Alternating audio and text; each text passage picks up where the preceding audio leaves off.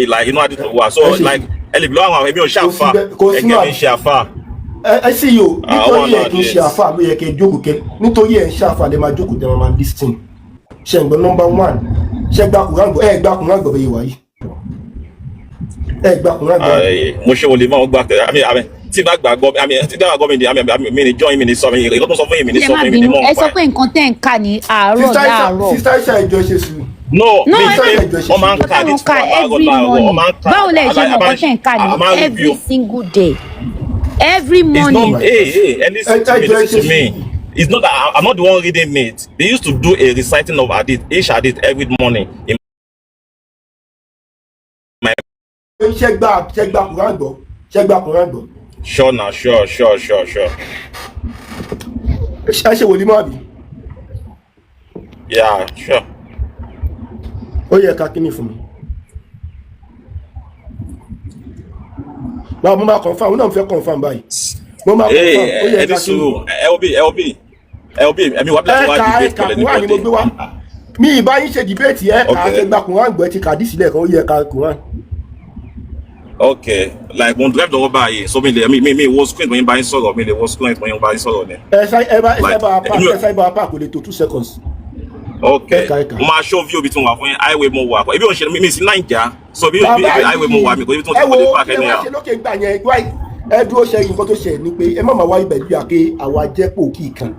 Let me tell you something. No, see, got him so. Please, I want to talk. When you were, I'm not saying you are okay or you are not okay. I'm not saying it like. Excuse me. Excuse me. When you were talking, I muted. That's the point. You spoke. Okay. Why? What is this now? You are condemning me automatically. Am I can condemn my own? You are condemning me. That is hypocrisy. I don't condemn anybody, but you came here trying to say what I was doing is wrong. You are condemning me. Number 1, òun ní pé ṣé ìgbà táwọn ṣe dáwọ́ àsìn ṣé mọ̀ pé yín gangan nìkan if truly you are a Muslim ìkànnì mi ẹ má bínú with due respect ẹni bí ní káńpé tòótọ́ Muslim ní tẹ̀ pa gbogbo ẹ̀ tó bá ti wáyé tó bá ṣe ẹ̀sìn yàtọ̀ sí Islam yóò wọnú iná àwa bọ́ta à ń tẹ̀ láti máa ṣàlàyé ẹ̀ fáwọn èèyàn pé ẹ̀yin èèyàn Islam ní kẹ́ṣe o ṣọ́ sọ wípé mo di àwọn èèyàn lọ́rùn mu ni ṣọ́ ní pé mo fọ́ èèyàn blò ni ṣọ́ ní pé àní àwọn Christian neighbors tá a ṣe dáadáa sí ni yàtọ̀ sí dáadáa tá a ṣe láyé wa láyé à ń gbéṣẹ́ fún wa ọ̀nà gbéṣẹ́ fún wa we are doing fine together but tó bá kú wọn máa wọnú iná and we come here trying to tell them ṣépè fún wa àbú wọn you came here saying that nǹkan tá a ṣe ò dá Ọlọ́run sọ nù kó wá pé ẹnikẹ́ni tó bá ṣe ẹ̀sìn mi yóò wọ̀nà yóò ṣo ibú ayàtọ̀ àwa jáde out of love ká máa pè wọ́n pé nǹkan tẹ́ ń sọ yóò rí bẹ́ẹ̀ you came here saying that nǹkan tá a ṣe ò dá that is hypocrisy ẹjọ́ ẹbọ́lẹ̀ kẹ́ máa lọ ẹbọ́lẹ̀ fún ẹ̀ kẹ́ máa lọ. Abẹ́ máa gbọ́rọ̀ humanity ìsọnù ẹ̀yin lẹ́mọ humanity ṣe kí lànà bí wá ṣe láyé ànábì tó gbogbo ayé ẹ̀ tó ń pe àwọn èèyàn pé Ọlọ́run ní kẹsìn Ọlọ́run ní kẹta ànábì ń sunkún tó lọ sí tọ́ìf tó ń sunkún pọ̀ lọ́dà ìjọ ṣe Islam tó bá kúrẹ̀ Islam wọ́n wọ náà we have not even started àti ìṣe enough I'm not seeing myself as doing enough I'm not doing enough as a Muslim I wish I have more power more energy to do more than I am doing currently and you came here saying that bí apá ti ń ṣàṣejù. Baba Jasmine, salaam alaikum sir. Ṣé máa yẹn ka Arabic ni? Kò ká kò lólóhùn wà ní mọ́tò, òun ká. Kò ká Arabic àbí? Èmi ń lọ sí péjì ẹ̀. Kò ká. Ṣé ń gbọ́, ọba tí ń gbẹ́kun aládùúrà ló ṣàkó sí péjì ẹ̀ tó yẹ wá ẹ̀. Òun ni minister for Halloween. Gbogbo skeleton àwọn ní minister àwọn ní humanity sọnù orí búkú yẹn náà ni ìyá àwọn customer ìyá dùkẹ́ ló ẹgẹ́ ní èmi ò sí bí ebi ọdún máa wá sórí péjì yìí ò jẹ́ bí àlójì ṣe rẹ̀ ni ó bá gbé sí rẹ̀kọ́ọ̀dì wọn ní sọ pé ẹ̀yin lẹ sọ báyìí o. Sister Aisha má bínú. Ọlọ́run tí ń gbẹ́kọ̀ ẹjọ́ ẹ máa jẹ́ ká máa ṣàmìyàlà Ọlọ́run tí ń gbẹ́kọ̀ aládùúrà a máa padà sunkún ní tá a bá fẹ́ gbàdúrà bẹ́ẹ̀. ẹ wò ẹyẹ máa gbé sísẹ wàṣẹ wá sókè. ìyá mi rọ ṣé ẹ má bí ṣe bí Muslim ni wọ́n náà mo ṣàbá wọn dùn Islam ni a máa padà sunkún èmi náà ti give testimony bí tí mo ti ń sunkún lẹ́yìn ṣe bá mọ̀ pé brother mi. ayé ẹ wò à ń ṣeré ni o guys ọjọ́ àwọn òbí yẹn ṣe ẹ continue daddy mo ń ṣeré ni ẹ má bínú bá mi. kò sí wàhálà sá wọn ní strategy tó ń lò wọn ti mọ̀ pé tó máa sọ pé mùsùlùmí làwọn ẹ ní fẹ́ béèrè question lọ much ẹ understand wọn máa ní Islam làwọn ṣe Islam gbogbo wọn yẹn ẹ máa rí gbogbo wọn wọn ò ní fẹ́ sọ wọn ṣe. àní gbogbo Christian tẹ́lẹ̀ bọ̀ wọ́n ti di lẹ́sìn mọ́ á ti gbẹ̀sìn lọ́wọ́ wọn. Bàbá jọ ti pẹ́ ni gbogbo wọn ò lẹ́sìn mọ́ báyìí. Ṣé ẹ̀sìn lẹ wá gbé fún wọn ni? Ṣé ẹ̀sìn lẹ wá gbé fún wọn? ẹ̀sìn ló ń ṣe báyìí wọ́n ń ṣẹ̀sìn báyìí. Ẹ̀sìn ló ń ṣe. Jọ ẹ jẹ́ ká dẹ̀ Lọ́ọ̀tún ti báyé wọn jẹ́ sórí àpò. Ìyálóde jokes apart. Ẹ̀sìn Christianity ẹ̀sìn yẹn wicked gan. Sọ pé ẹ̀sìn àgbákò. Ẹ̀sìn àgbákò. Irọ́ bàbá Mọ́pítì òsì bá ní ẹ̀sìn àgbákò. Honestly mi ìdẹ́ kí fẹ́ support wọn but truly ẹ̀sìn àgbákò lẹ̀sìn yẹn. Tó o bá ṣe Christian nìkan ló máa ṣẹ̀ṣẹ̀ mọ̀ pé bóyá my Christian brother lọ ọjọ́ tó bá ṣe Christian. Ìgbà tí mo di Muslim nígbà tí mo wá lọ bá àwọn àgbààgbà tó wá pé káwọn ọmọ ìfimílẹ̀ wọn á fi mílẹ̀ máa wò pé kí ló tún ṣẹlẹ̀ àwọn Christian gbógun ti tẹ́pẹ́ mímí fẹ́ bọ̀. Àwọn tí mo fẹ́ lọ bá ṣe program apologies níjọ́ kìíní àná wọ́n mọ̀ pé queen of receipt lèmi nígbà tẹ́mi mi fẹ́ bọ́ dànù bá mi Ọmọdásọ́lá tẹ́ bá rí ní apologist wá type sábẹ́ comment mi ní real life tí òun ṣọ̀rọ̀ tó sọ lẹ́yìn 4-5 comments pé kí ló ṣẹlẹ̀ kí ló tí wọ́n lè drag ẹ̀ ẹ̀sìn yẹn ò dá omi ìṣẹ́ wọn rí o. Ẹ ká lẹ́sà o mo wà bí jípẹ́ o. Ẹ ká lẹ́ máa o. Àríkẹ́ ọkùnrin yàgò Àríkẹ́ àti Àríkẹ́ àbíbọ̀dà Àríkẹ́. Pọ́ǹtì àbúrò mi ni mo fi wọlé. Kí ló ṣe àkáǹtì No, mo kàn ní bèrè pé ńgbà tí mọ́mọ́ ẹ̀jẹ̀ poison white tí ayé òfin sọ̀kalẹ̀ ní kò yé mi ń bẹ̀ yẹn ọ̀rọ̀ táwọn ìsọ̀rọ̀ ẹ̀kan yẹn àárí ayé àkọ́kọ́ sọ̀kalẹ̀ ńgbà tó ẹ̀jẹ̀ poison. nítorí poison yẹn òun ànábì ni kò pa nábì. Ó pa náà ibi poison yẹn náà ló padà pa àbí. Nígbà wo ló pa ẹ̀yìn tó poison padà. No, kò sígbà tí poison rẹ̀ wọ́n ní kò jẹ púpọ̀ bẹ́ẹ̀ dà pé ẹran díẹ̀ lòún jẹ so àwọn tó jẹ tó sọ̀kan ìjọ yẹn ni wọ́n. Ó yẹ ẹ wà ń bẹ̀. But those people àwọn Muslim làwọn tó kú yẹn náà sọ yẹ káwọn náà kú ni. Ṣé wà ń bẹ̀ ni? Bí àwọn náà Muslim ni wọ́n. Quran ló sọ náà ẹgbẹ́ àdìsí yín náà ni. ẹ jẹ́ n béèrè lọ́wọ́ bàbá Àríkẹ́ ẹ má bínú ẹ jẹ́ n béèrè lọ́wọ́ bàbá Àríkẹ́ ikú ò kí ń pẹ́ ní tó ń ṣẹ̀ṣẹ̀ àbí. No, àwọn tó ń ṣẹ̀ṣẹ̀ lè máa béèrè yẹn lọ́wọ́ wọn náà. Ok ṣé Christian lẹ́ ń ṣe ṣé kò pa Jésù tí ò bímọ tí ò níyàwó tó fi kú. No, Christian lè máa béèrè yẹn lọ́wọ́ ẹ̀. Ok kí lẹ́sìn tẹ́ ń ṣe. owó lẹ́yìn ṣe. No, mi ò ní nǹkan kan nígbà yìí. Sọ kò ní kẹ́kọ̀ọ́ bí báyìí. Kò ní nǹkan kan ní. Kò sí kí la fẹ́ wá máa bá yín sọ ẹ̀yin tẹ́ sọ pé kò sọ lọ́hùn ẹ yọ wọ́n ẹ wo iye àwọn èèyàn tó wà ń bí ẹ lọ sí mi ẹ lọ ṣe 80 platform ṣe dọ́níkẹ́ wà ń bí mi. Ẹ lọ fọwọ́ rọgí gbàgbé. No kò tí ẹ ń ṣe ìjà dáàdì wọn ò believe nínú ẹ̀sìn kò sí wàhálà ṣé rí Quran ẹ̀ ní tí mo ṣe di Muslim. Sísá ìwà ṣe ẹ̀ ń ṣe ẹ jẹ́ kí ọba handle àwọn pípù yìí ibi tó yẹ kó bá gbé wa dé ẹjọ́ gbé wa débẹ̀. Àwọn èèyàn mi ni mo ṣe ń kọ̀ tí ẹ ṣọ́ ẹ jẹ́ ká jẹ́ kó yé wọn pé omi ìgbẹ́ ni Jésù mu kú omi àkójọ. irú wàhálà Ìyálóde máa padà ẹrí tí mi ṣe ń wá síbí báyìí mo ti mọ̀ pé tẹ́ máa sọ ni ìwọ lọ wọ́n ti ti gbé sìkìrì ẹ̀kọ́ mi báyìí Ìyálóde ṣé mi ní lọ wáṣẹ́ báyìí ẹ jẹ́ mute ìyá mi. Hello, ẹ kọ́lẹ̀. ẹ̀yin láàṣọ ẹjọ́ ṣe sùúrù Bíọ́dún Adams now láàṣọ ẹ̀kọ́ lẹ́sà. Àkóyálẹ̀ tán. Àbí sà ẹ̀sìn wọlé sí sà. Christian mi ni. Christian ni ṣe ní question fún wọn ni sà àbí fẹ́ di Mùsùlùmí. Kò sí ike mo lè kúrò nínú ẹ̀sìn tí mo ṣe. I'm a Christian but I just want to. Tí Jésù bá délé ni tó bá ní Christianity òun ò mọ̀ pa ìpè Islam lẹ̀sìn ẹ̀ ní kò ń bẹ̀. Kò sí nǹkan tó lè fún kò sí Ọlọ́run ò nẹ́sìn kankan. Ọlọ́run ò nẹ́sìn. Ẹ dáhùn question tí Jésù bá délé ní ẹ̀fẹ̀sìn lẹ́nu tí Jésù bá délé ní tó bá nínú òun ò mọ̀ ọkàn pa Christianity pé Islam lẹ̀sìn ṣe máa kú omi àbẹ̀ máa dúró síbẹ̀. Ẹ̀sìkítà yẹn sì dé náà. Nítorí pé assumption. Mo ń bèèrè lọ́wọ́ yín ni wọ́n pè ọkọ ní hypothesis ṣé ẹ máa kú omi bẹ́ẹ̀ ṣe máa gbọ́ sí Jésù lẹ́nu. Ẹ sà ẹ̀mí àti yín. Ẹ wò ní ẹ jẹ́ ń lo ara mi lápèjúwe fún yín. Tí n bá fi rí evidence tí n bá fi rí ẹ̀rí tí ò ń ṣe ìbú tí ò ń ṣe pé a fẹ́ ṣe ìlara àbáfẹ́ bí ìbú mo fi ọlọ́tẹ̀ ń bẹ lọ ìbúra tí n bá rí ìpè Islam kò lẹ́sìn máa kó nínú Islam. I'm not practicing a dogmatic religion. Máa kó nù ìpín ní ṣe mọ́. The reason tí mo fi remain as a Muslim ni pé in all ramification òun nìkan lẹ̀sìn Ọlọ́run. Náà mo wá ń béèrè lọ́wọ́ ẹ̀yin sìn tí Jésù bá délé ni tó bá ní Islam ò lè sìn òun ò mọ̀ kọ́kọ́ pa Christianity ṣé máa kó nu Christianity abẹ́nìkan rẹ̀. ṣé mo lè béèrè béèrè kan lọ́wọ́ yín bí fún kí n tó dáhùn answer yín. ẹ dáhùn question mi ná ẹ dáhùn question. Yorùbá tí mo béèrè ẹ try kan ṣé mo lè béèrè kéèkó ọkọ lọ́wọ́ yín kí n tó go further. ẹ lè béèrè ẹ dáhùn question mi ná ṣé tí Jésù bá dé nsìn tó bá ní brother mi Lasso Islam lè sin o Christianity àwọn kan ló dálẹ̀ mi ìmọ̀ pa ẹ̀ o ṣe máa rí mi àti Christian rẹ̀ wá pẹ̀lú. ìbéèrè tí mo fẹ́ béèrè lọ́wọ́ yín máa dáhùn nǹkan tó ẹbí sọ̀rọ̀ tí ayé bá ṣì ń jẹ́ ayé tó bá sì jẹ́ pé. ẹ má bínú máa drop yín o máa drop yín ẹ dákun tí Jésù bá dé lé ẹ dáhùn question mi. mo tún mọ̀ kẹ́ máa drop torí pé ẹnì fẹ́ gbé òtọ́rọ̀ ẹ drop mi ẹ ṣe. ìfẹ́ nu yín lẹ̀ ń bọ̀. ẹ fẹ́ kẹ́ jẹ́ kẹ́ ní conversation pẹ̀lú ẹni yẹn bọ̀bọ́ yẹn ṣẹlẹ̀ ni ó ti yín ó dẹ̀ da ṣẹlẹ̀ ó da ṣẹlẹ̀ sí péjì ẹ̀gbọ́n. hello ẹ lè gbé sókè padà mi ìfẹ́ kéèyàn máa dùn mí lẹ́jẹ̀ èèyàn necessary náà búrẹ́tù ẹ kú ọ̀lẹ́ sà. ẹ ra sà ẹ bí sáyà wa. ẹ ra ẹsẹ̀ ọ̀rọ̀ ìjọ rẹ̀ Christian ni mí. àmì sà àtẹ̀yìn náà kí ni ìbéèrè yín sà.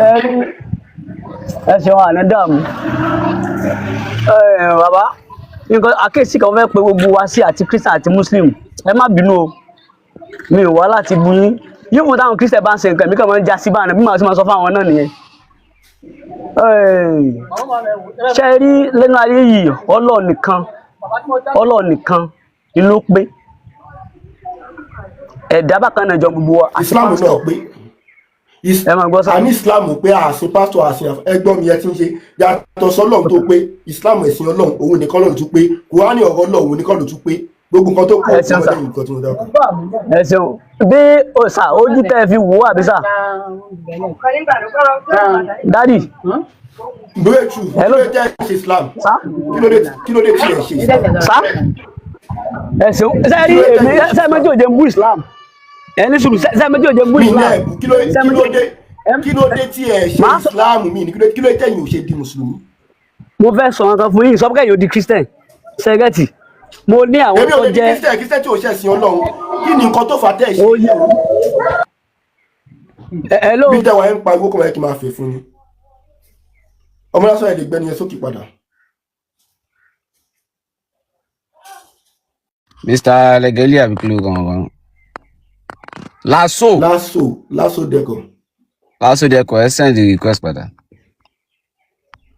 ẹ̀yin náà máa sọ tọrọ náà ṣebí Jésù ní kẹ́ máa sọ tọrọ Mr. Lasso ẹ jẹ́ try baba just me wà tẹ́ ń sọ̀rọ̀ yẹn ibi iṣẹ́ mo wà wà láì try lágbára Mr. Lasso ẹ accept the request yìí jẹ́ wá fẹ́ wá sókè. bínú wẹ́rẹ́ gúúsọ̀ wọ̀ sọ pé àbí oníṣẹ̀ṣẹ̀ ṣé Justin wá sọ pé òun bẹ̀rù yín ni please you guys should follow Yalode kẹ́ lọ sórí page wọn nobody dey fear you here send request ayé wà tẹ́ bá dẹ̀ send the question tó ní ọpọlọ I will come down for you you can't just say you are oníṣẹ̀ṣẹ̀ ká drop me. Now Lasso. Yeah, I'm with you. Now kí ni question wa alaikum salam. mo fẹ́ béèrè kankan ni kí ló dé tó jẹ́ pé àwọn oníṣẹ̀ṣẹ̀ tó bá máa sọ wàláì wọ́n sì sọ pé ìsìlámù ò dáa bẹ́ẹ̀ ni ṣé bẹ́ẹ̀ ń gbọ́ mi. nǹkan tó fà á ni pé wọ́n gbádùn. hello. ó yí wọn ti dúró. àwọn oníṣẹ̀ṣẹ̀ wọ́n máa sọ wàláì àwọn kristian máa sọ wàláì wọ́n sì bú ìsìlámù kí ló dé. owó ní kí n bèrè. oyin wọn ti burú. góbẹ̀gì tó máa ń sọ wàláì góbẹ̀gì tó máa ń sọ wàláì. oyin wọn ti burú. àìmọye kìsẹ́ǹtì tó ti sọ wàláì fẹ́lẹ́ ni.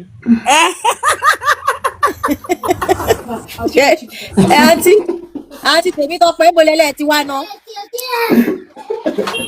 àti kó tó ní mo ní sọ̀rọ̀. Kótónú. ọ̀rọ̀ yìí máa ń pa àwọn èèyàn lẹ́rìn gidi mo ti bá yín ṣe dáadáa rí ọ̀rọ̀ yìí máa ń pa àwọn èèyàn lẹ́rìn wọ́n lè máa ń sọ wàláì kí ló dé ìlú bẹ́ẹ̀ àti oníṣẹ̀ṣe máa ń sọ wàláì. ẹ gbé wọn bọ́lẹ̀ nẹ́tíwọ̀kì wọn ò dáa. ó yá Lasso. ẹni ò parọ́ o baba just me ẹni ò parọ́ o ìgbà tí ọmọ ss yẹn tó ní pé Islam ń ṣe fúnlẹ̀ Yorùbá ẹ wá ń táìpù sára sálàm fún ẹni tẹsẹ pé ẹfẹ ńlẹ Yorùbá ẹ tí wọn ń try pẹ àwọn pípì yẹn wọn gọgàn káì aláàgbà Ọlọ́run kì í gbọ́ bá. ìyá ṣe ń gbọ́ mi. à ń gbọ́ yín sà. ṣe rí kọ́lọ́n ṣàánú wà láyé yìí.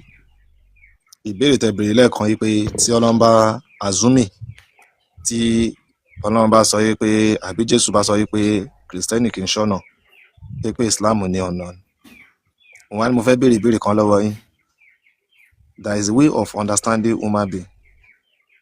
Tí a bá jọ ń sọ̀rọ̀ tí kò bá sí interruption àbí bá mo fẹ́ pè tọrọ tó bá sí àjánọ́sì a máa gbọ́ra wa yé a máa derive tó yẹ ká derive lọ.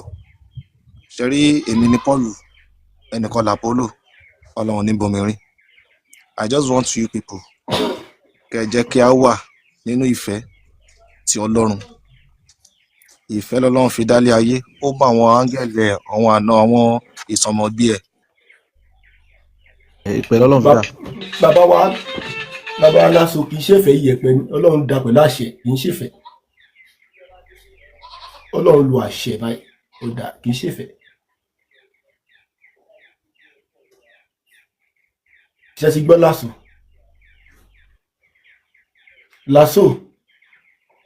ṣe ń gbọ́ mi báyìí ṣá àṣẹ Ọlọ́run sọ̀rọ̀. Lásò ṣé Christian ni wọn bàbá. Christian ni wọn.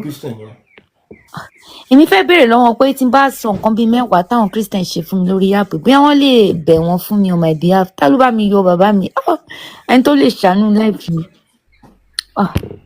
Bá gbé dádì padà pé bóyá wọ́n lè help mi pé káwọn Christian fi mí lẹ̀ pé èmi ti rò pé dádì máa lè. àwọn ọlọ́mọ máa polówó ìfẹ́ wọn ọ̀dẹ nífẹ̀ẹ́ èèyàn mi ìrírú ẹ̀sìn yẹn. Ìyá mi mọ̀ nígbà tí mo wò pé ṣebí iborí app ni gbogbo wa jọ wà wọ́n sọ pé kí n wá ṣe Christian. ọba ò ọba ò ọba tẹ́lẹ̀ tí wọ́n ṣe fún sísá yìí. ẹjẹǹtì ayọ̀ wà lọ́dọ̀ yín. ẹjẹǹtì àwọn agbo ẹbọlẹ̀. ṣẹ́ni tó ṣe fún sísá yìí ẹni yóò kì í ṣe Christian oníṣẹ̀ṣe ni wọ́n dẹ̀ gba Islam ẹ̀yin ẹrú Paul àgùntàn Jésù ẹ̀dẹ̀ gbógun tì wọ́n mi ìrú Ọlọ́run rí ẹ̀dẹ̀ gbógun ti àǹtí aláǹtí ẹ wá máa preach ìfẹ́ kiri.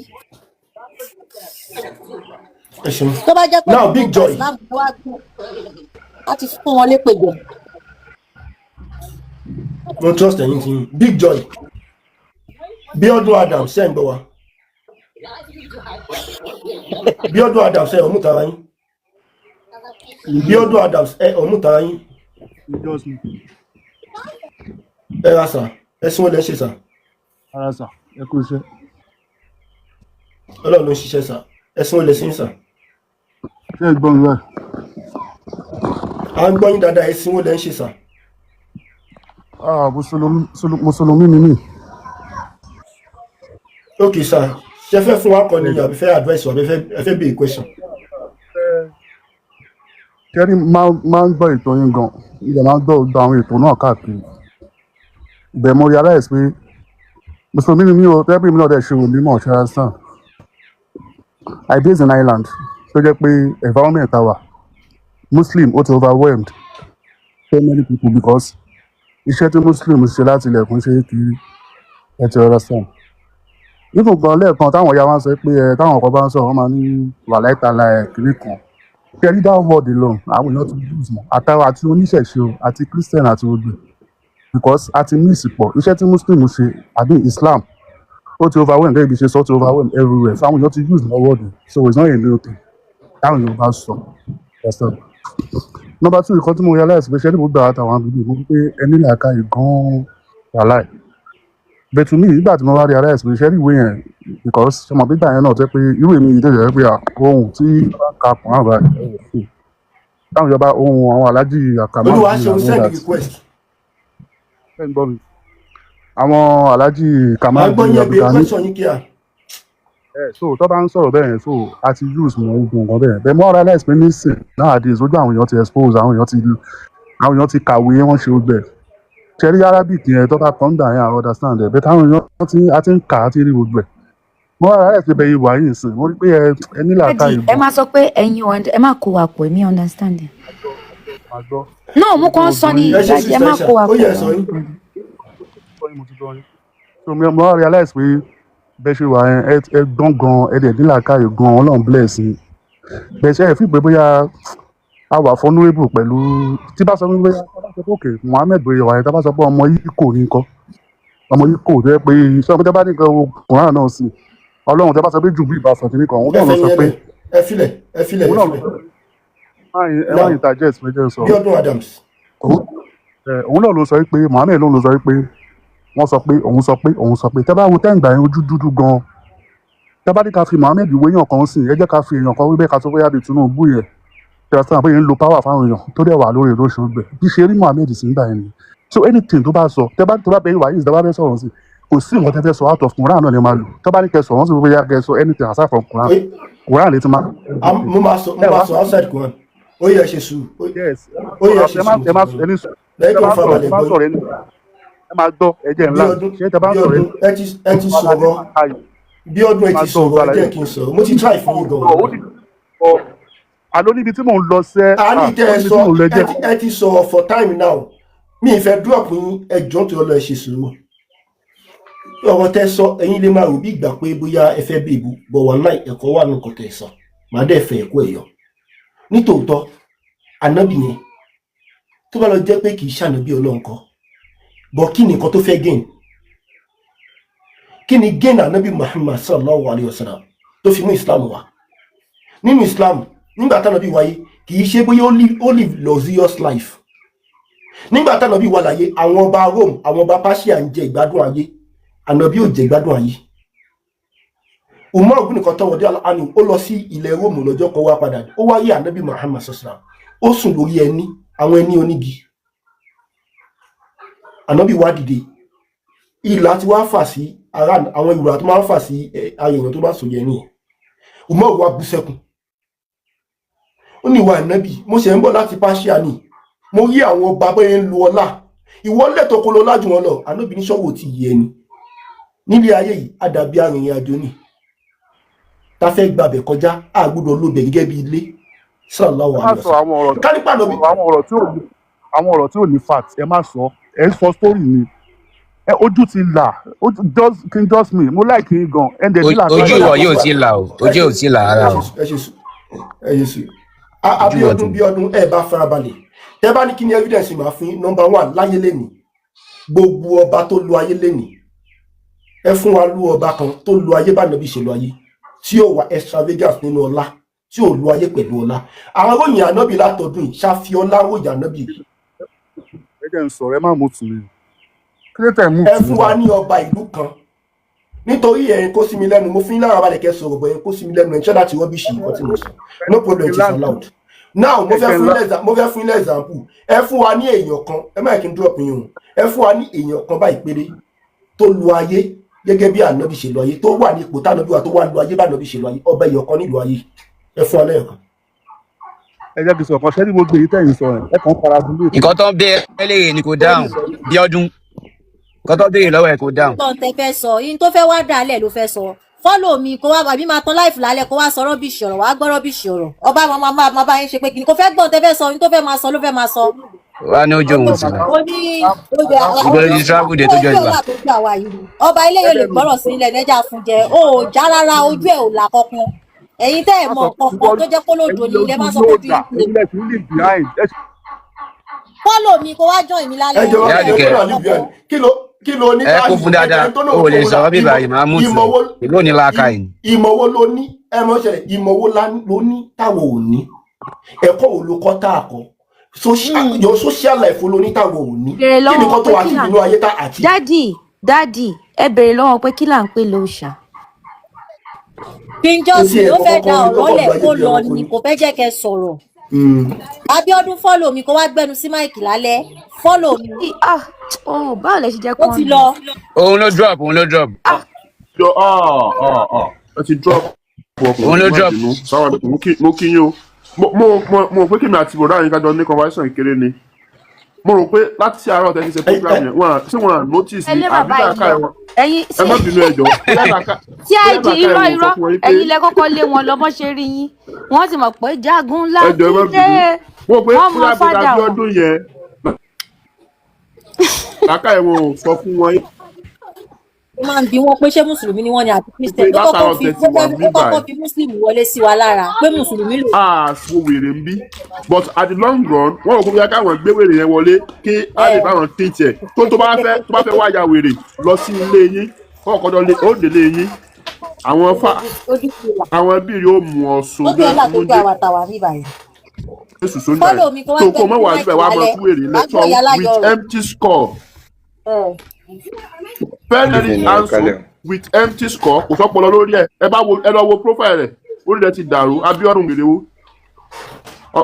Wọ́n bá ń jẹ Abíọ́dún orí wá pé orí kékeré yìí. Bàbá Ṣáìdì à ń bá yín mú wọn lẹ̀ dé à ń bá yín mú wọn lẹ̀ pé fẹ́ gbàgbọ́dé ni ẹ̀yin lẹ́ẹ̀ tètè dé. ẹ má bínú kí n just know very important question. Ìyálóde sọ pé àwọn tó ń já Bíọ́dún èmi rò pé Fúlàní ni ìyá everybody that is a Muslim èmi rò pé Fúlàní ni èmi ti lọ gba national something pé Fúlàní ni ṣé à ń ṣe Fúlàní. bó bá ṣe fẹ́ sí èmi náà ń jẹ Abíọ́dún èmi rò pé wọ́n ní à ń ṣe pé kíní pé Fúlàní kí n just me ṣé àwọn pípọ̀ ìgbé wa ń go èmi ti rò pé Fúlàní ni mí náà. wọ́n fẹ́ lo ẹ̀jẹ̀ ọba mi gbẹ ni ọba ti mú mi ọba ti wọ́n mú mi. ok ẹ má bínú èmi ti lọ ń béèrè lọ́wọ́ ìyá mi pé who is my father. aláàánú bí o bá mi họ́dà àgbo fọkùnrin ni ẹjọ́ o aláàánú bá mi họ́dà àgbo ẹjọ́ mo fẹ́ advertise ọjà fún mi o wèrè àgbo tó lè lò lélẹ́yìí mọ wulẹ̀ wá da platform ru Abíọ́dún àgbo rèé ọ̀dà orí ẹ̀ ti gbálẹ̀ ọ̀dẹ́nsì. wọ́n bá yí tẹ́ ṣé tó látàrí ẹ fáwa ní space. Bàbá just me. ẹ jẹ́ sáré dáhùn èèyàn. ká fàdá fún wa. Bàbá just me. In the next few minutes máa lọ gbé mọ́mí Fatima sí ẹ ṣe sùúrù. Ẹ máa fi bá lóyún ẹ bá wọn àgbẹ̀pá live. Ṣé ẹ̀rù ń bà yín ni. Mi ò pa live. Bàbá just me. ẹ má bínú. mo ní sáré dáhùn question àwọn èèyàn ní kí n tó lọ. Wo kò sí question and answer lẹ́nu ọba. Good evening, Mirod. Àwòrán bí o. ẹ fẹ́ gba voice lẹ́nu Ìyálóde ni. Mirod ẹ kọ́kọ́ béèrè pé Ìyálóde ṣe lè béèrè question ẹ má gba voice lẹ́nu àwọn ọ̀gá wa it's not nice. Ó dẹ̀ wá ń fi bú ọba wọn. Mirod ẹ ní sùúrù. No, King just me ní sùúrù. Mirod ẹ sọ pé ìyá mi can I ask my question? Ẹ má gba voice lẹ́nu. Ẹ káàárọ̀ sà. It's okay. Thank you. Ẹlẹ́rùnbọ̀ yẹn ṣe sùúrù. Now, ẹ bá Mirod ńlẹ̀ ni. Mirod ẹ kalẹ̀ ẹ kú ọ̀lẹ́ rádà. Ẹ kúrọ̀lẹ́ ọ̀gá. Ẹ̀sìn wo lẹ ń ṣe sà? I'm a Christian, but mi ò béèrè ìbéèrè. Mo kàn fẹ́ kí yín based on just one thing. And the reason why is that I think I've been on many platforms where I've been seeing comparative religion and whatever. And the reason why I think me personally as a person, Timo like you are one of the few that I know that have conversations without abusing. I think they just really online lórí topics many times. Check it. So, but one thing I appreciate about it is that you don't abuse. Number one, yeah, it's very, very important, and you don't discriminate. It is okay if we have different views to things, and I would like every other person that does what you do to also emulate that particular thing. Get, because we would always have difference in opinions and difference in, because in Martin just be live in BMH, so I just need different opinions about things. There was no issue, there was nothing. So probably debating she live in Pada I would come back up again. So thank you very much. No,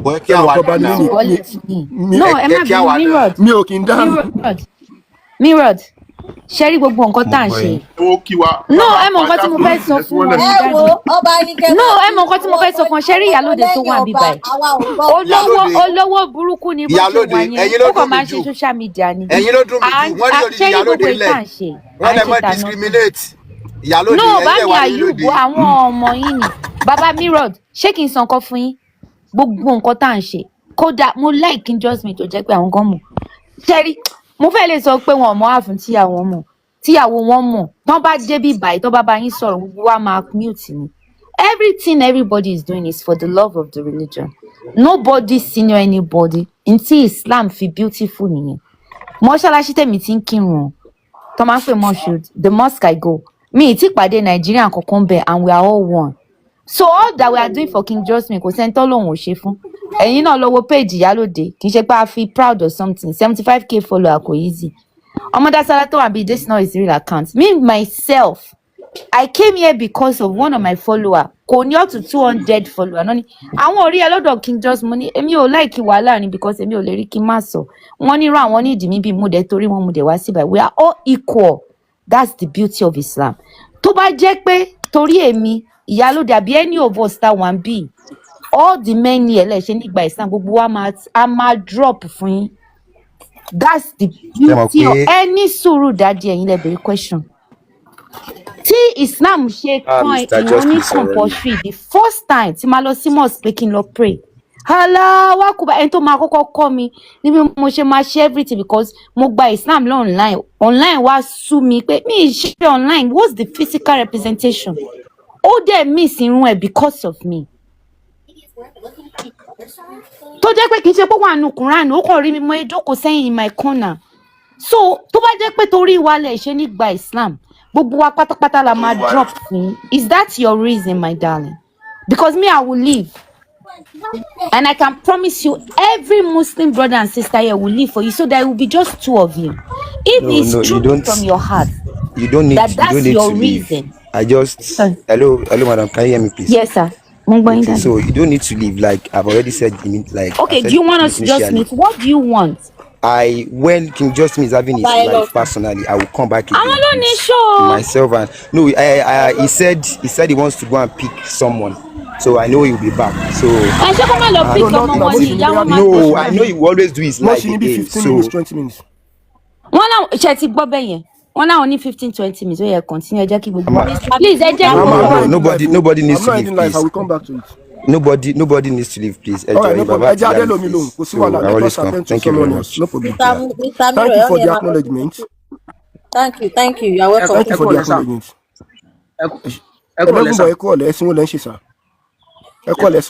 Mo kí lágbára Ọlọ́run ọpọlọ yóò ní dọ́bà. Àmín. Lágbára Ọlọ́run tó máa ràn yín lọ́wọ́. Àmín. No, èmi ò ní ẹ̀sìn for now. Ṣé ń gbọ́ mi? But why tẹ́ wá ń ṣàdúrà fún mi? Why tẹ́ ń ṣàdúrà fún mi? No, mo ti fẹ́ máa join program yín tipẹ́tipẹ́. But kẹ́ kí gbé mi wọlé. Sometimes I send you request and gbé mi wọlé. So and then mo dẹ̀ máa ń wo mo wà lábẹ́ program yín dáadáa. So mo wà lábẹ́ program mi bí MS àbá náà. But àwọn kan wà tó fẹ́ béèrè tí ò yé mi. Mo text àfà kan ní street mi báyìí pé àwọn kan bẹ tí ò yé mi o. But daddy yẹn ò fún mi ní actually real answer tó tẹ́ mi lọ́rùn. So wọ́n wò pé kí n bí ń léèrè. Ẹ má bínú sáà o. Okay, àmọ́ kẹ́ tó béèrè ẹ̀sìn wo gangan lẹ ń ṣe? Èmi Christian ni wọ́n bí mi sí, but actually èmi ò lọ sí church. You understand? Ẹ jọ kí ló fà á tí gbogbo Christian ayé ò ṣe Christianity mọ́? Why táwọn Christian ò ṣe Christianity mọ́? Kí ló dé? Níbo ló ní gold bed wà? Ó ti bó gbọ́dọ̀ dànù. Àwọn Christianity lẹ̀. Ṣé mo lè béèrè? Can I ask my question? No. Lè béèrè question ní sùn. Ayé Christian wọ́n tẹ̀ sí wọ́n ṣe just pé wọ́n bá yé àwọn Christian jẹ́ wọ́n ti bá yé àwọn Christian jẹ́ tipẹ́tipẹ́ gbogbo ọ̀la ìbáyìí wọ́n ń fa àwọn Christian lọ́rùn já ní all over the world ni wọ́n ń gbé yín síta wá lẹ́sìn mọ́ ó mà ṣe o. Now, 11 boy, kí ló fà gangan ẹ sọ ìdí ẹyọ kan báyìí tẹ́ fi sọ pé ẹ ṣe Christianity pé ẹ lọ́mọ ẹ sọ wọn yìí fún. No, kò sí nǹkan understand kò sí nǹkan o anybody ò bá mi jà níbẹ̀ but èmi kàn decide pé because tí máa wá àwọn nǹkan mi online tí bá rí nǹkan tí pastor mi ṣe tí bá rí nǹkan tí ló mi ṣe so ó máa ń kò jẹ́ kí n like àti anything religion mi ò fi bẹ́ẹ̀ like much so nǹkan tó ṣẹlẹ̀ nìyẹn kí n ti bẹ́ẹ̀ yẹn kan ṣẹlẹ̀. Ó yá kí ni question tẹ̀bi ló wà fáyín tí ò lè dá yín lọ. Yóò dára fún jàre ọpọlọ ìrìn ìdọ́bà mo wà ní abẹ́ because gbogbo àwọn friend mi ṣe Muslim so wọ́n dẹ̀ jẹ́ oníwà tuntun agent thanks so but mi ò kí like àti máa bá wọn sọ̀rọ̀ much reason why ni pé sometimes tẹ́ pé táwọn bá wọn sọ̀rọ̀ mi ọ̀tọ̀ níbi tí wọ́n máa gbé mi lọ èmi dẹ̀ wọ́n fẹ́ kí n bẹ́ẹ̀ tó bá understand mi sọ̀rọ̀. Ẹ wo ẹ má sọ fún background ẹ̀gẹ́ sọ kí ni question yẹn. Mo wà ní abẹ́ program MS baba ní last week Sunday so ó wá ń ka àwọn ibìkan ó gbé mi wọlé mo wá ń béèrè pé ṣé nǹkan tẹ́ ń ka ṣe inú Quran náà sì ló wà ṣé ó dẹ̀ ṣọ́ fún pé inú Quran ló wà so wọ́n wá yọ mí onímọ̀ ni màá ṣe béèrè mo wá béèrè lọ́fà yẹn pé àwọn ẹsẹ̀ ms bàbá pé mo gbọ́ kí n kà lọ́la yẹn pé wọ́n kà ń kábàáyé nínú Quran pé wọ́n dẹ̀ tún kóòtù Quran yẹn pé sí lóòótọ́ ni dáàdi yóò fún mi actually answer wọ́n sá ní kí n máa wò náà tèmi wọ́n ní ok wọ́n ní Quran chapter 9 verse 29 wọ́n ní Quran kọ́ wa pé Quran ó kọ́ àwọn pé ẹni tí ó bá ti gba Islam pé kí wọ́n pa ni wọ́n wò pé how come everybody ló ní freedom ní country pé why not ẹ má rí mo ti gbọ́ a máa bá yín gbé sínsìn kan 1929 pọ́n ní kọ́ pẹ́ni tí ó bá ti ṣe Islam tá a bá ti rí ń bẹ̀ máa máa tẹ̀lé yín lọ bí ẹ̀sìn tẹ̀ ń ṣe yẹn máa máa tẹ̀lé yín lọ bẹ̀ tí yóò bá ti ṣe Islam kọ́ pàkẹ́ nínú Islam wa.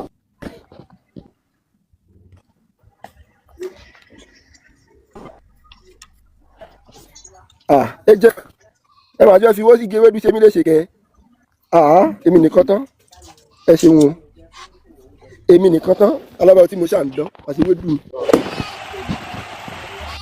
ó yẹ ká sàn ó yẹ ká lọ́jọ́ kan lọ́kẹ́ ó yẹ ká.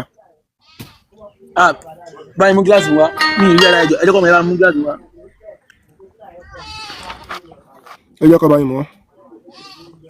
Fight against those who do not believe in Allah or in the last day, and who do not Allah and His message have made.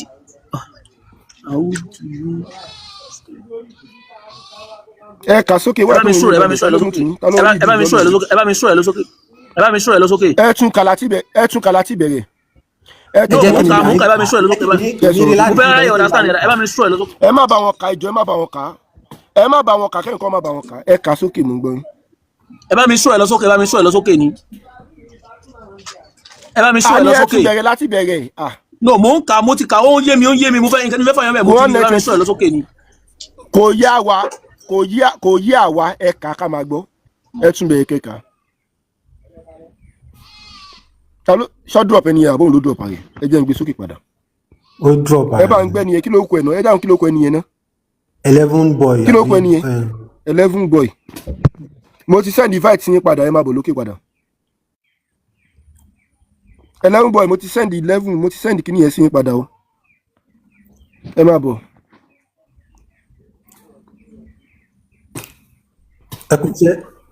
Ẹ kú iṣẹ́ Justin.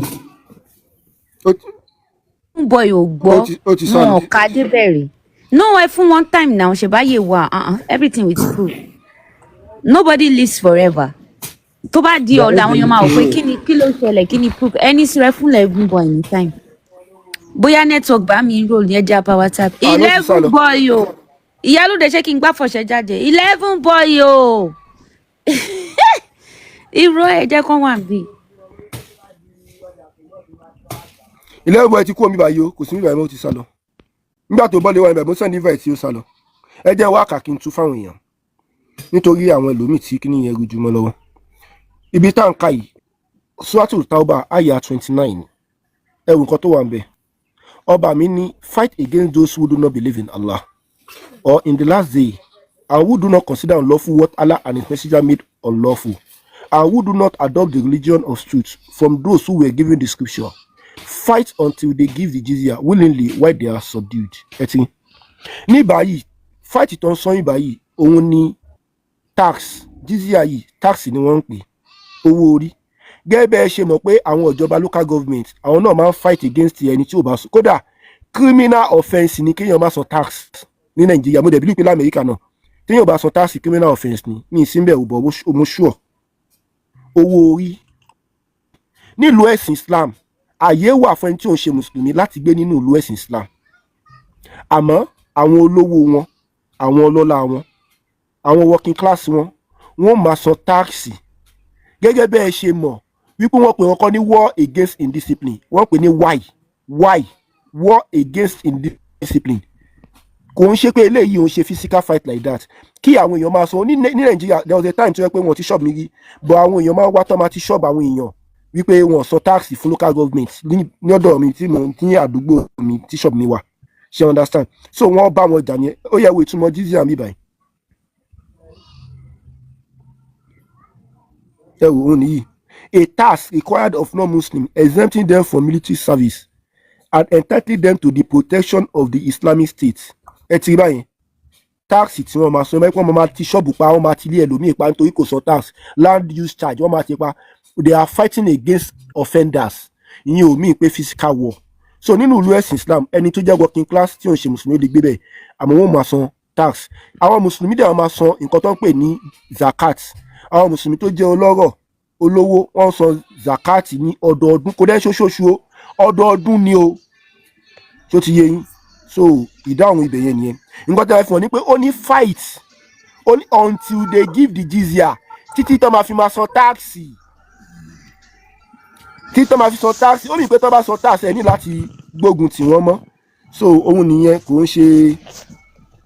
ní kankan ṣe pẹ̀lú ogun. So I think that answers the question.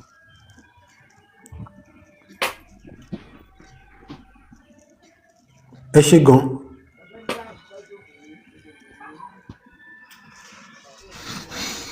Now, so but that question here, is there any other person there?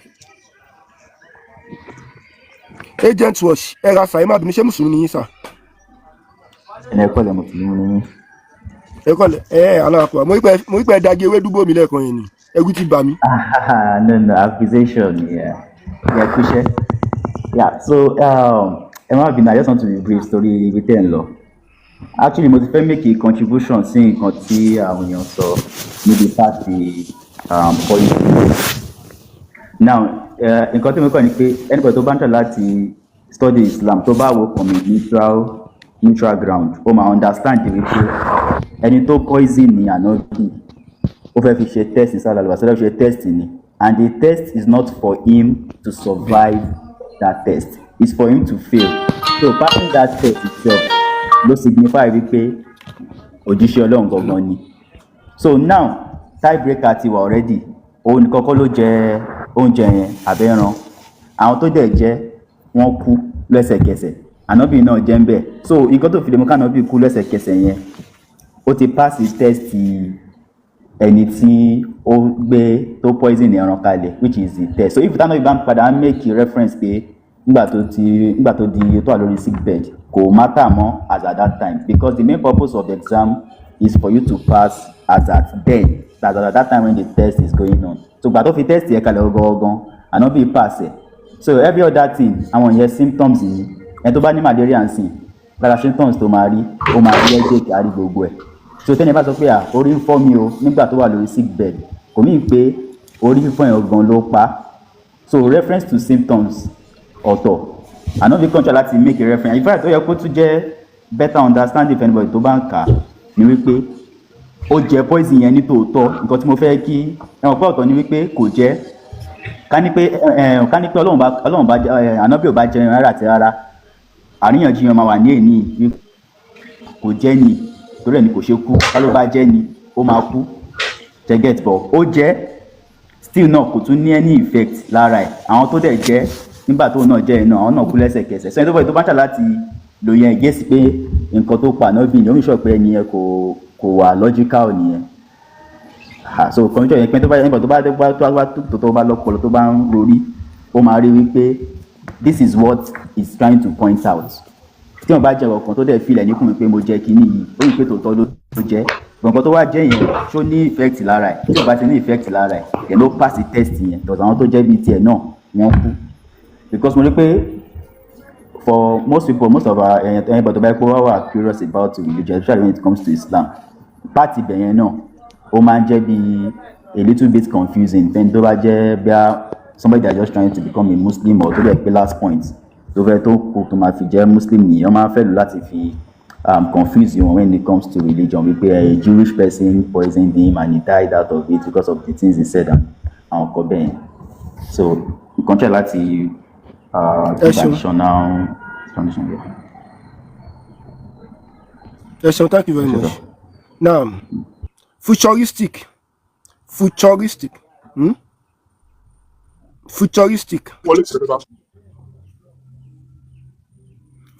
Kí lẹ wí? bàá sí dókàn kílẹ̀ sọ. ẹ bá mi tó lẹ́mọ̀ rí. Futuristic Ìyálóde ẹ ṣáà ìṣòro láàrin bóyá bíi 10 minutes ní ìmọ̀ gbé máìkì kalẹ̀ fún yín ẹ lè fà á já dáadáa kí n tó dé. Futuristic ok SC Emmanuel Steve Emmanuel. Hey, Emmanuel. Good evening, sir. Ekrole. Yes, sir. ẹjọ Steve Emmanuel ni àbí ṣé Arabic ẹgbẹ́ Arabic àbí. Ṣé èmi lẹ ń bá wí? Bẹ́ẹ̀ni.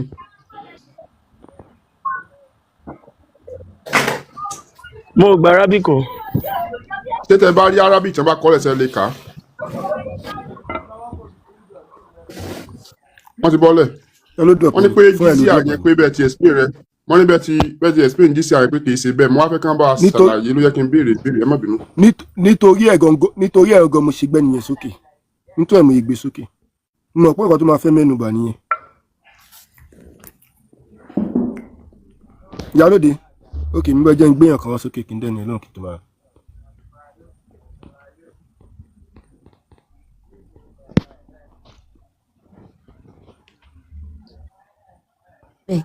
ṣe rí nǹkan tí King Just mi ṣe o wọ́n fún wọn ní 15 to 20 minutes extra Ìyálóde ẹ̀ mute torí tí Ìyálóde bá bẹ̀rẹ̀ ọ̀rọ̀ ẹ̀ ní ìsìn ìyá kan wá sọ́dọ̀ mi náà sọ pé you see what your sister lọ ṣé kí n yọ ẹgbàá sí díẹ̀ ni ó mute látàárọ̀ ní ìsìn ẹjọ́ má bínú kì í ṣe pé tó bá dọ̀la ní ìsìn tí Ìyálóde bá wá ṣe program tán wá bẹ̀rẹ̀ sí bú yín pé tán bá ti sọ pé kẹ́ ẹ sọ̀rọ̀ ẹ̀ ní sọ̀rọ̀ ẹ má yọ ṣọ́ọ̀kì sí dì mí. bọ́bọ́ Abíọ́dún yẹn gangan ni kó follow wa kó wá bá wa sọ nonsense ní platform. òun náà ni mo sọ ìyá mi ẹ rí pé ẹ mute ìyá mi ṣe rí pé ẹ mute fún wọn látàárọ̀ èmi náà mute ẹ wo bọ́n ṣe ṣe bàbá yẹn ó dẹ̀ yẹ kó lọ gbéyàwó ẹ ó dẹ̀ lé 15 to 20 minutes lórí ọ̀rọ̀ yìí àdẹ̀rí ọ̀rọ̀ gidi kan pàtàkì one something tá a lè mú jáde.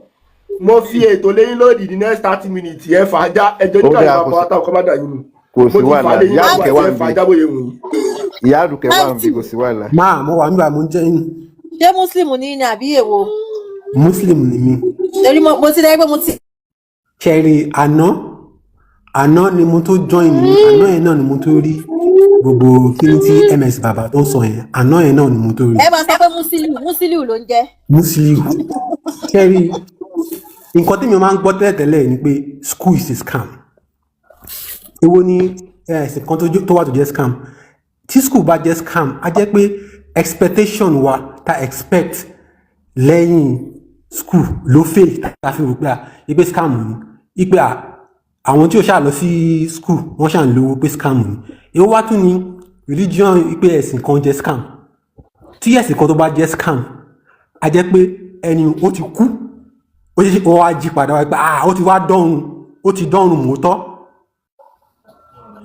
àti pé ẹ̀sìn ìmọ̀nà ni ìmọ̀nà dẹ̀lélẹ́ yìí ó dẹ̀ ní ibi tá à ń lọ ìmọ̀nà tí àwádẹ́ ẹni tá a tẹ̀lé ẹni tó ní ìmọ̀nà lọ́wọ́ la tẹ̀lé so tẹ́nìkan máa ń sọ pé torí pé òun fẹ́ gbé àṣàgà òun gbé ní lórúkọ àṣà pé Yorùbá nation ṣẹ́rí Yorùbá dá púpọ̀ Yorùbá dẹ̀ dùn lẹ́nu Yorùbá dẹ̀ lélẹ́yìí kò ní ẹbọ nínú àwọn èèyàn náà fi ẹbọ sí torí ní síbáyínsíbá òun tó sọ pé bóyá pé nítorí pé ó fi máa gbàṣàgà ó wá gbọ́ Yorùbá yẹn ó wá gbọ́ sódì ẹni tó jẹ́ pé olódo ni àná yẹn mo fẹ́ try pé kí n kọ̀ jẹ́ lọ sí orí platform ẹ̀ kó gbé mi sókè kí n wá sọ ọ̀rọ̀ kí n kọ̀ fún ní question kan àwọn tó jẹ́ pé ìsáǹsà ni wọ́n gbà tó ń wà ní school. Mr. Hamsi ẹni sùúrù ẹ jọ bọ́dá Yorùbá wa bọ́dá Adémọ́lá àwọn òun pẹ́ lókè ọ́ ní tó fẹ́ wá sùn bọ́dá Adémọ́lá mo ti ṣí ilẹ̀. Ìyálóde gbogbo wa Assalamu alaikum. Ṣé rí nǹkan tá à ń sọ látàárọ̀ àwọn tí à ń sọ̀rọ̀ wọ̀nyí irú bọ̀bọ̀ SS yẹn à ń kó wọn lẹ́bi you don't understand gbogbo àwọn kan tó ń sọ nípa Islam wọn lẹ́bi àwọn tó lẹ́bi làwọn tí wọ́n ń gbọ́ tán tó wọ́n wá sórí irú platform wa pé kódà gan wọ́n sọ pé ànábì ṣe báyìí kódà gan wọ́n sọ pé níbi tí ojúlàdé ayé ìgbà tí ó dà pé bóyá ìmọ̀ yẹn ń lọ ọlẹ̀ ní mi ìmọ̀ mo fẹ́ pùtẹ̀ torí ayé ìgbà tí àwọn èèyàn tí ní access social media táwọn èèyàn tí ní access internet àwọn èèyàn máa ń lọ library láti kàwé jù sí tó yẹ pé just one second away láti béèrè nǹkan tó fẹ́ béèrè ó dà pé single làwọn èèyàn wá tẹ wá bọ́dà àti ṣe research mọ́ nísìnyí tó yẹ pé láti ní corner room ẹ tẹ́lẹ̀ wàá ní library card wàá lọ́nà library tó bá fẹ́ wá information tó ń sọ̀rọ̀ nípa nǹkan fún ẹ tó fẹ́ verify but nísìnyí tó yẹ pé o ti ní data 50 MB wàá wá nǹkan tó ń wá lórí phone ẹ lórí Android wàá wá ìsìn ló wá difficult fáwọn èèyàn láti máa ṣe research ẹlòmíràn adébí òun gan máa wò lójú ara rẹ pé òun look stupid bọ̀ àwọn èèyàn wèrè tá à ń sọ ìwọ́n kàn sọ̀rọ̀ fún ọ pé kódà gan sọ báyìí pé ní mẹ́ka wọ́n máa ń ṣe báyìí ó dẹ̀ mú fóònù dání just put it there kódà gan Quran gan sọ báyìí àdìtì sọ báyìí just put it there Sọ̀yí Buhari 1500 something Quran fast chapter kìnnìkan fast kìnnìkan just put it there read it by yourself not that pé àwọn ẹlẹ́ran oníkolokolo lọ́rùn yà kàn wá sókè wọ́n kàn sọ̀rọ̀ pé ànábì ṣe báyìí ìwọ́n ló dé máa gbé bòńbí ọlọ́wà bá jogun làákàyè fún àwọn tí ò gbọ́n kọ́lọ́ bá gbọ́n wọn àwọn tó ti gọ̀ náà kọ́lọ́ bá gbọ́n wọn padà.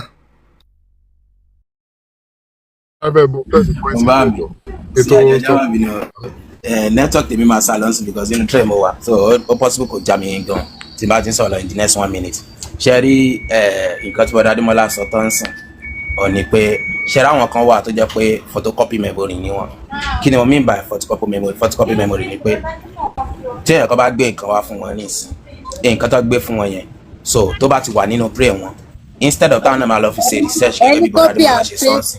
Copy and paste memory. Copy and paste tó bá ti gbé síbẹ̀ báyìí tó ti photocopy ẹ̀ sí memory yẹn báyìí ó ti dúró nìyẹn kò lè ẹ̀mọ̀ kó ń ṣe pẹ́sù náà fi kọ́ wọn lè delete ẹ̀ kẹ́ tó delete ẹ̀ bóyá ẹ máa wọlé ẹ máa pe gbogbo àwọn angel látọ̀run wa so that's exactly the problem our èèyàn we always want to be the person that look it up we don't want to be the person that know already you just want to be looking it up let me look it up no don't always be the person that look it up sometimes be the person that already know that you don't have to look it up anymore so we as mama look it up but don't be a person that we all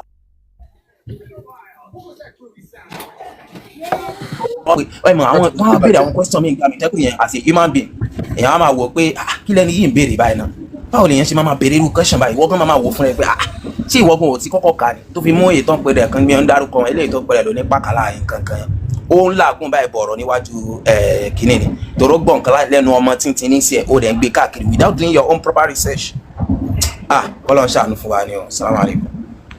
Mind you mo tó ṣẹlẹ̀ mo ń bọ̀ sáyẹ̀dẹ̀ ọjọ́ wa bínú ṣé wàá mọ̀ pé wọ́n kẹlẹ̀ ní religion bias pẹ̀lú Islam towards Islam ni tẹ́ bá wọn sọ̀rọ̀ tó jẹ́ pé social tó relate mọ́ social activities wọ́n á dá ìníyàn o kálẹ̀mí ni mo sọ bẹ́ẹ̀ bóyá bí oníkololókolo lọ́rùn yẹn ló sọ fún wọn online tó jẹ́ social activity ló relate mọ́ wọ́n á jẹ̀yàn o bí kéèyàn kan sọ pé Ronaldo ó ti gba World Cup 4 they will prove you wrong immediately pé no it's not possible jẹ́ kí n sáà tiẹ̀ ó yá gbé World Cup tí gba World Cup rí abẹ́ sọ̀rọ̀ pé Davido ó ti gba Grammy 5 they will prove you wrong immediately that's fault but tó bá sọ̀rọ̀ nípa Islam fún ọ báyìí they will accept ẹ máa sọ̀rọ̀ lọ́sẹ̀ àìdí.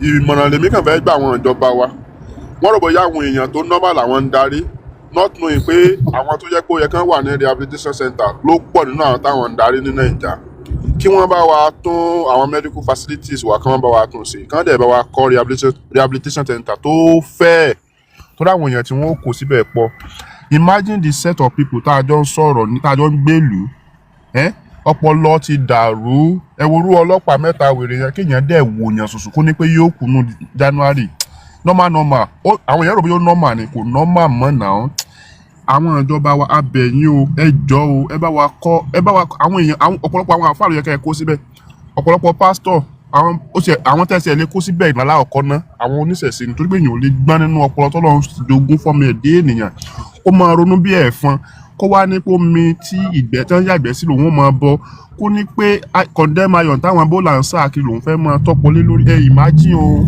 àwọn ẹ̀yà mi ni o mo sì sí tó báyìí kó bá ṣeéṣe kí n kúkú sọ pé mi ò ṣe Yorùbá mọ̀ nígbà tí ṣé o kò rọrùn fún mi ni o ẹ̀yin ìjọba wa gbẹ̀yìn ni ẹ bá tọ́pọ̀ lu àwọn èèyàn ṣe gbogbo àwọn care home tó wà láwọn ìlú òyìnbó yìí wọ́n mọ̀ pé àwọn tọ́pọ̀lọ yìí bá ń rìn nígboro yóò dàgbòrò láàmú ló yẹ kí wọ́n kó àwọn ìjọba ní tèkì àwọn náà ẹ jọ ẹ bá gbẹ àwọn ìjọba wa kí là ń dìbò fún yín sí náà ẹ má invest pé fún yín ni o because nísìnyìí àwọn tó normal percentage wọn kéré sáwọn tí ò normal ní Nàìjíríà náà tẹ́ ń bá kó àwọn èèyàn rẹ́ pé ìlú yẹn máa dáa because mi ò mọ bẹ́ẹ̀ yóò ti máa rìn kiri bí ọlọ́pọlọ kúkú wọ́n dẹ̀ máa rí ìkàbá ìwọ́n ti máa kí ẹni tó yẹ pé wọ́n ń tọ̀lé kó wá máa sọ̀rọ̀ kan fún wọn kó wọ́n máa lè ronú pé ẹni tó fi mú ọkùnrin àgbàlagbà tí fi ń tọ̀lé irú ọpọlọ wo ló wá fẹ́ fún èmi báyìí nísìn ẹ jọ nítorí Ọlọ́run ẹ bá bẹjọba o aláwọ̀kọ́ nù ẹlẹ́kejì ń bẹ tó bá ti wá sí péèjì King Just Me mọ̀ pé kìí ṣe ọgbà wèrè níbí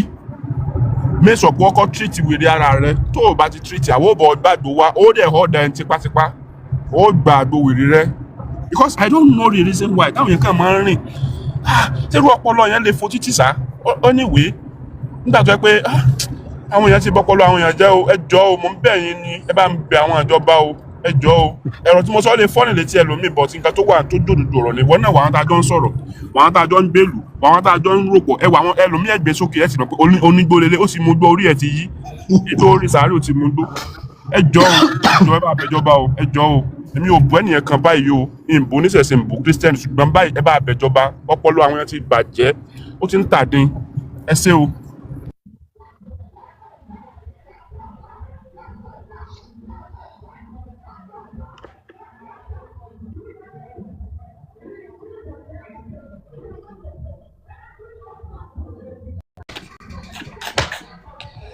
ìyálóde náà ti ń gbọ́ báyìí náà àwọn náà súnmọ́ ìjọba.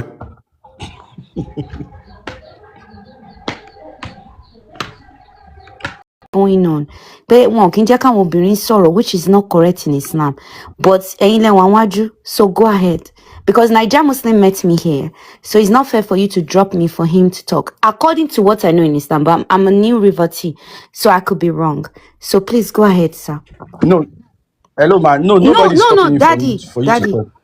Nobody was making suggestions. Go ahead, sir. Yes, I actually don't have anything to say. I thought maybe there is. I just told you. That's what I thought was the normal something. Hello, ma. I can be wrong. Hello, sorry, Daddy, continue. You can actually talk. You can actually talk. There's only 2 women among 9 people. And it was my turn to speak. And I allow you to speak. And I allow Baba Ayub. And it's 3 people. So I'm saying, if that's how it is, so it is. I will not because of that leave Islam. I will not because of anybody here leave Islam. I barely even come here. I've not been here in a long time. But I'm just saying, some people are saying you don't let women speak, and then now you're proving it. Why did you remove me without asking for my permission? Okay, sorry, Islam does not teach us that. That is wrong. Yes, I understand. Nobody was actually talking. Okay, kila nja Muslim sorry, Kimalo. Kosiwala. No. Hello, ma, no. Daddy, No. Correct. We know. You can actually talk. Okay, sorry for that. It's not normal. I know. Somebody asked something, then but we are another man was speaking, and I muted for them. Then I muted for another. I muted for 3 men to speak. Then you remove me from my position when the host is not there. Oh, sorry. For person will meet me for here. Is that what Quran teaches us? No. Just say yes or no.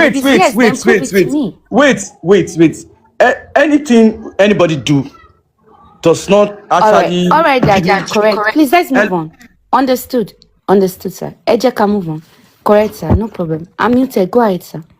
You can actually talk, ma. You can actually talk. You don't have anything to say. I thought there was someone asking a question. Yeah, that's it. Was there someone asking a question? Because as I said before, I've not been following, so I don't know if someone was asking a question. You wanted me to come in. Else, I don't have anything to say. No, there was no question. They just call you to talk to people on a general note. So just general discussion because we are still waiting for just to be here. Rademola ẹni sùúrù èmi ni mo pe Naija Muslim ìdí tí mo rẹ̀ fi pé Naija Muslim ni pé ẹni tó wà nísàlẹ̀ tó wà lẹ́gbẹ̀ẹ́ àwọn èèyàn méjì tó wà nísàlẹ̀ yìí so mi mọ̀ bóyá wọ́n fẹ́ béèrè question so èmi ò dẹ̀ ní sí ní position láti dáhùn question àwọn èèyàn ó ti yẹn ó ní mo anybody ò dẹ̀ sọ̀rọ̀ long time yẹn anybody sọ̀rọ̀ long time yẹn tẹ́ fi ń pè mí ẹ pé Ayub ẹ pé bọ́dà Ayub ẹ pé prof so ìgbà tí èmi lẹ́mi busy mo dẹ̀ Naija Muslim sálẹ̀ mo ní ẹgbẹ́ Naija Muslim sókè anybody tó bá fẹ́ béèrè question kó béèrè question nítorí ṣẹlẹ̀ nìyẹn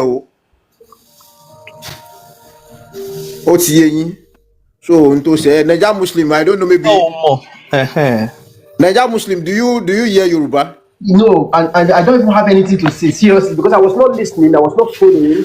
Okay. Let me say that in English. They were talking before on this platform. So and everywhere was silent. So and this our brother Demola here was calling me or Prof to carry on the discussion. So and I was busy. So and I saw you down here. So, and I was saying, bring Niger Muslim to the big screen so that people at the ground that they want to ask questions can start asking their question from you. Okay. So it's not like that maybe I boycott someone or I said someone should not talk.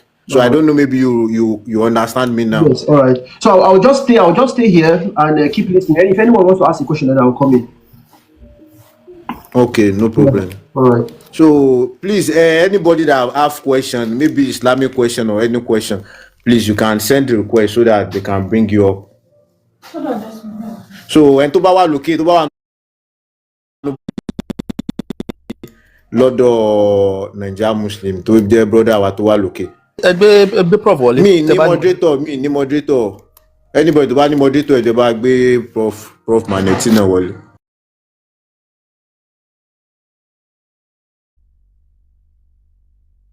Mo ti débọ̀ mo fẹ́ kí n. Sáà lẹ́kọ̀ọ́ Abdulmalik. Ṣé àfáà yìí ṣe bí moderator ní ìnáwó? No.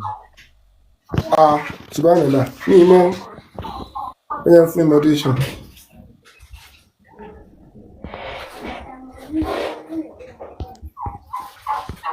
Wá sọ látọjọ́ yìí. Subhanallah.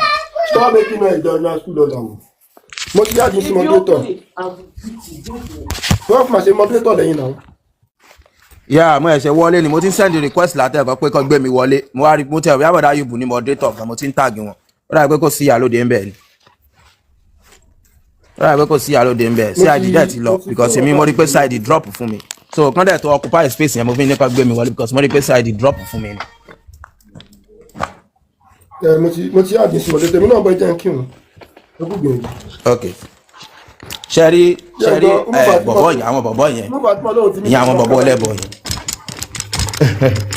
ṣẹ́rí ìyẹn àwọn bọ̀bọ̀ ẹlẹ́bọ̀ yẹn gbogbo bó ṣe ń ṣe gulegule tán pariwo orí rédíò Nàìjíríà ṣẹ́rí kí nǹkan kan mo fẹ́ fàyọ ẹ máa gbọ́ ó bá ń pariwo orí rédíò Nàìjíríà wọ́n believe pé àwọn ìyá aláta àwọn ìyá oníkìíní kan máa lè listen sáwọn ẹ mọ̀ pé gbogbo àwọn Muslim láàbù especially àwọn tó bá jẹ́ UK base wọ́n máa mọ̀ pé there ó níbi kan tán pè ní or US base kí n sọ bẹ́ẹ̀ ó níbi kan tán pè ní speaker corner ẹ jọ ṣé this type of stupid arguments tán gbé wá káàkiri yìí àwọn argument àrìndè tán gbé kiri yìí ẹ jọ ṣán lè place kí ni bàbá Túndé Àkànbí but you don't need it. You don't need what?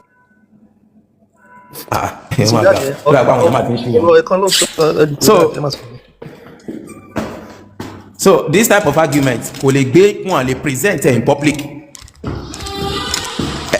Tí understand nǹkan tí mo ń sọ. Okay, ó jáde sí the topic nsìn níbi public níbi táwọn òyìnbó wà. Àwọn òyìnbó tán wà intelligent tí wọ́n jẹ́ tribal bigotry. So wọ́n wà ń bẹ̀. Ó wá ń sọ níwájú wọn pé ànábì bàbá òun bòkù sùn mọ̀ wọ́n máa ń fànábì sí astagfirullah èmi ò lè fànábì tèmi síbẹ̀ irú statement yẹn so bàbá àwọn màmá fi síbẹ̀ ọ̀dọ̀ ànábì ju bàbá wọn lọ.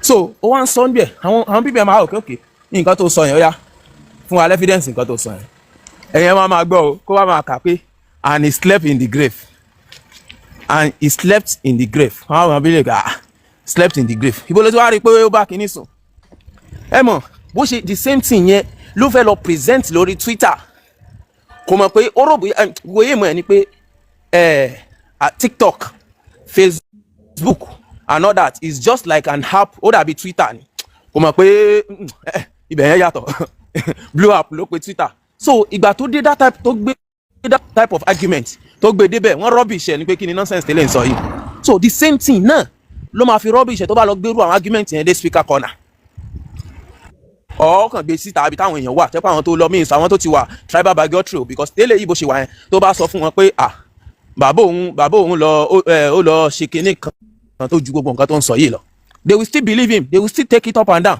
kódà àwọn àgbàlagbà tó jẹ́ pé wàhálà òwe Yorùbá yẹn nígbà táwọn argument yìí ṣẹlẹ̀ mọ́ ẹ̀.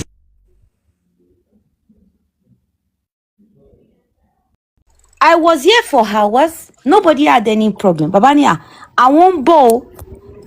Kí ni mo ra ń gbà yẹn àmọ́ iná tẹ̀ muslim tí muslim ò bá sí fún gbogbo àgbáyé tó bá jẹ́ pàwọ́ àtà bá ṣe ẹlẹ́bọrí bá tì tá a bá nílé sọ̀rọ̀ ẹ sọ fún wa ká kúrò ń díẹ̀. What you did to me today, last week and the week before and before I took my shahada is wrong. Kò sí nínú Islam tó bá dẹ̀ wà ń bẹ̀ kẹ́ ẹ gbé jáde nínú Quran kẹ́ ẹ disprove mi nǹkan tẹ́ ẹ ṣe yìí kò kí ń da. Ẹ má máa kóyún èèyàn kéré ẹ bá wa ń bí ni. You don't even know what we're speaking of. You came and you're like, I don't even know what you're speaking of. So why did you come up? Níbi tí ó bẹ èèyàn 200 wà kí ló dé tẹ́ ṣe ń wá sókè ẹ ṣe máa ń ṣe mẹ́pẹ́ yìí nìkan lọ́lọ́run gbélé ayé fún tí Allah ò bá sí fún everybody tí Prophet Muhammad Sallallahu Alaihi Wasallam tí ò bá sí fún gbogbo wa ẹ jẹ́ ká kúrò ńbẹ̀ ká yọ̀ǹda ẹ̀fẹ́ yìí nìkan. Kí ló ṣẹlẹ̀ tẹ́ ṣe máa ní mí lára why?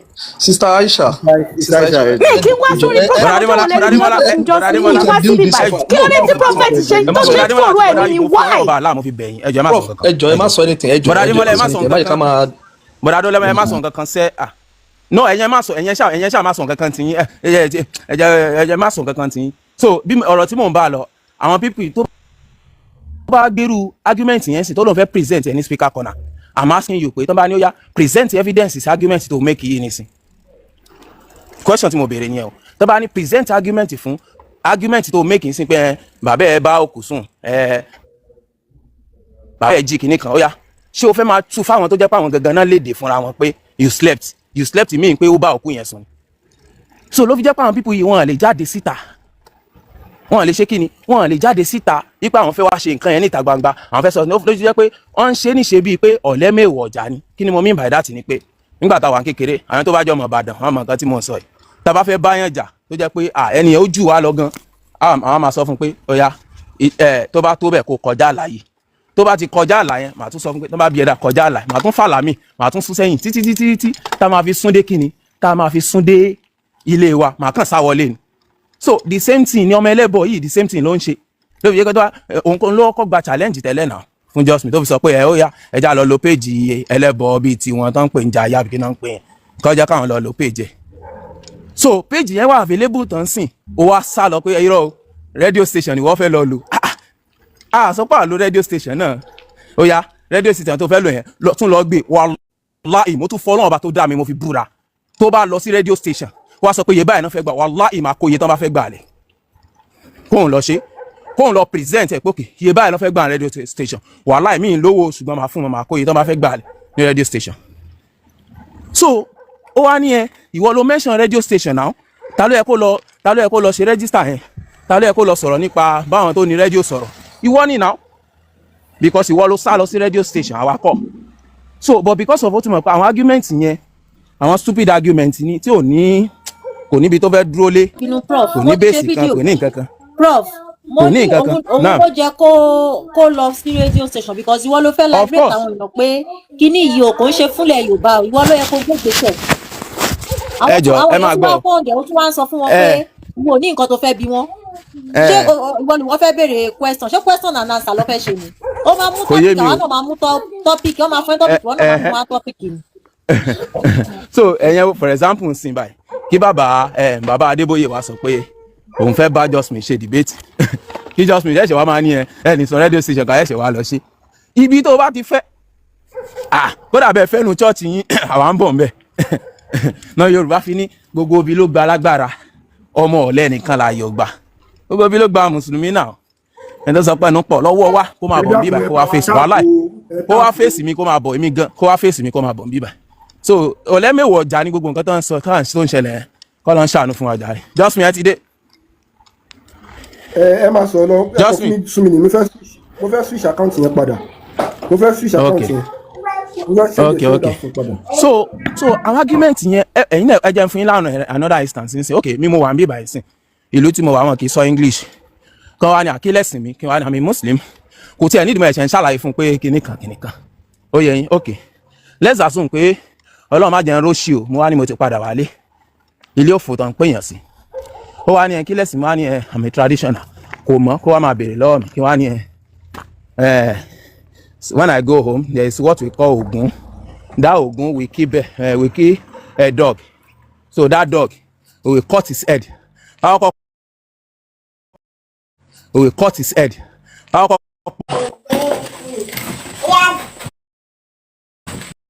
ẹ wo báwo ni mo ṣe fẹ́ máa present irú àwọn nǹkan báyẹn fún wọn tó fi jẹ́ pé àwọn tó ń padà sí gbogbo nonsense tó ń ṣe yẹn àwọn náà ń face the same nonsense yẹn kò ń ṣe nǹkan tẹ́ ẹ lè present kò ń ṣe nǹkan tẹ́ ẹ wà proud of ló fi jẹ́ pé anytime tẹ́ bá dórí platform wọn. ẹ bèrè lọ́wọ́ wọn ẹ bèrè lọ́wọ́ àwọn obìnrin wọn pé gbogbo àwọn obìnrin wọn mi èyí big joes àkó yẹn ẹ bèrè lọ́wọ́ wọn pé ṣé wọ́n lè gbà kan gbé lásàǹtẹ̀ mo ti bèrè lọ́wọ́ kan mu wọn rí bẹ́ẹ̀ pé ṣé o lè gbà kan gbé ní àṣà. Ìyálóde ẹ jẹ́ kí n béèrè question lọ́wọ́ yín Ìyálóde. wọ́n á ní wọn kì í gbá sàǹtẹ̀ náà. ẹ jẹ́ kí n béèrè lọ́wọ́ question lọ́wọ́ Ìyálóde tán bá wà ń bẹ tán bá sí bẹ́ẹ̀ kí n máa lọ. ṣé kò sí salvation nínú Islam? Nǹkan tí prof ń ṣe fún mi kò sí nínú Islam is discriminating on me and people like me mo dẹ̀ ní prove rẹ̀ màá dẹ̀ prove ẹ̀ màá dẹ̀ lọ ṣe lórí program kò ní ṣe ní kò ní ṣọ̀la màá ṣe next month màá fún ní 30 business days that's almost 2 months. Nǹkan tó ń ṣe yìí is extremism in Islam.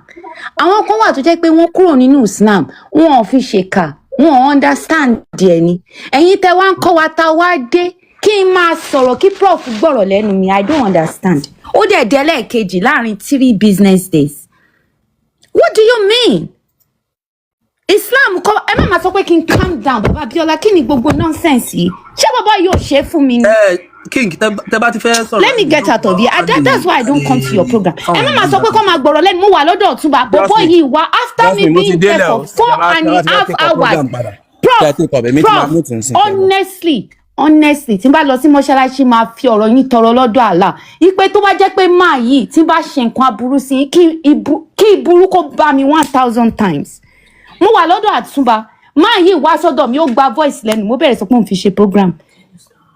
Ó ní ṣẹ̀ṣẹ̀ tán bá sọ̀rọ̀ ìyẹn sọ fún mi pé ìyá mi kò rí bẹ́ẹ̀ à ń ṣe program lẹ́nu bàbá yìí ni ẹ jẹ́ kí n lọ kírun òde wá síbi òde hàn tag me for what? I am a Muslim woman. Islam fi kọ́ wa pé we are all equal. So why are you discriminating on me? Díẹ̀ ló kù kí n má gba ṣahada because of this extremist. What do you mean? Kí ni mo rà ń gba yín? Kí ló ṣẹlẹ̀? Kí ló yẹ tí mi lè sọ̀rọ̀? Ṣé fẹ́ gbọ́ ohùn lẹ́nu mi ni? Nonsense. I'm just out of here, please. I don't. Naam, assalamu alaikum wa rahmatullahi wa barakatuh. Mi mọ̀ kan tó ṣe láàrin méjì bọ̀ a máa sọ later inshallah. I don't know what happened, but we will discuss it. I will call both of you later inshallah. Naam, a'udhu billahi minash shaitanir rajim. Bismillahir rahmanir rahim. Alhamdulillah. Summa salatu wa salamu ala rasulillah Muhammad ibn Abdullah wa ala alihi wa sahabatihi wa sallim. أشهد أن لا إله إلا الله